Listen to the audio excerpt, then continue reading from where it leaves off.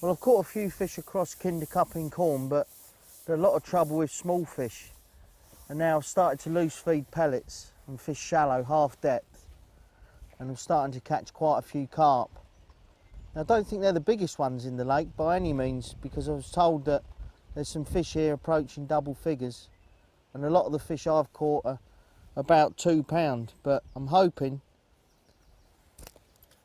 that when we go in the margins later on in the session that we catch some decent fish. But there really is a lot of fish over there, and just by loose feeding 6mm pellets and shallowing up, I've definitely started to catch carp more frequently and not having so much trouble with little fish. There's another carp there now. Again, you can see just loose feeding, and it's just what I thought on these canal lakes. It's always been the same: fishing shallow, loose feeding and attacking it. You're a lot more selective as far as the carp and the F1s. You don't get so many roach or rudd or problems with small fish. And like I said earlier, the best thing about it is you don't suffer with foul hooking them as much when you're fishing for them off bottom. You can see that's the rig that I showed you earlier. Small carp there, most of them have been a bit bigger than that. Just set probably 10 inches deep, and the key is just to keep loose feeding all the time. And also, like we spoke about, the edge peg, you've got to keep that fed. Not only you're not too sure when you want to try it, so you've got to keep it fed, but at any time, especially when you're fishing long pole, weather conditions can change, the wind can get up, or the fish can just go, and you're forced into trying to catch the fish closer. But like I say, there's an odd fish swirling across. There's another one now. You can really see, if you can catch these fish shallow, you can see what I said is just underlined now by the quickness that we've just put one in the net, straight across. We've loose fed before we've gone in, and we've got another one on immediately. And I've always said on these snake lakes, if there's a volume of fish, and like I say, it's my first time to Greenridge Farm, and there really is a lot of fish here, and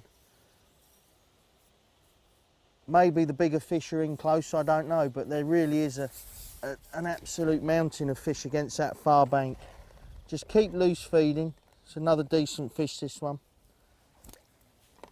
All the time. When you're playing fish, when you've netted fish, it's about keeping that feed going in. You go, another nice mirror. That's been about the average size of the fish, to be honest. I've had one a little bit bigger, a few a little bit smaller, but none of the lake's real big fish.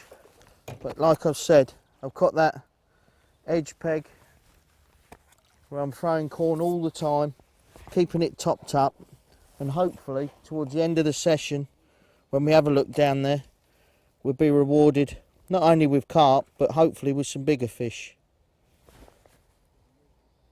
Just using a banded pellet, and like I say, it's all about priming it up and keeping those fish feeding for when you go back out. You'll see a lot of people, they'll hook a fish and they won't feed until they're actually back in the water again. And for me, that's a big mistake, because I'd rather take a few extra seconds out the water and knowing that there'd probably be a fish there waiting for me when I go in. Again, lots of little indications. Just keep those 6mm pellets pinging in right up to the far bank. So there's even an odd fish sucking at the far bank here.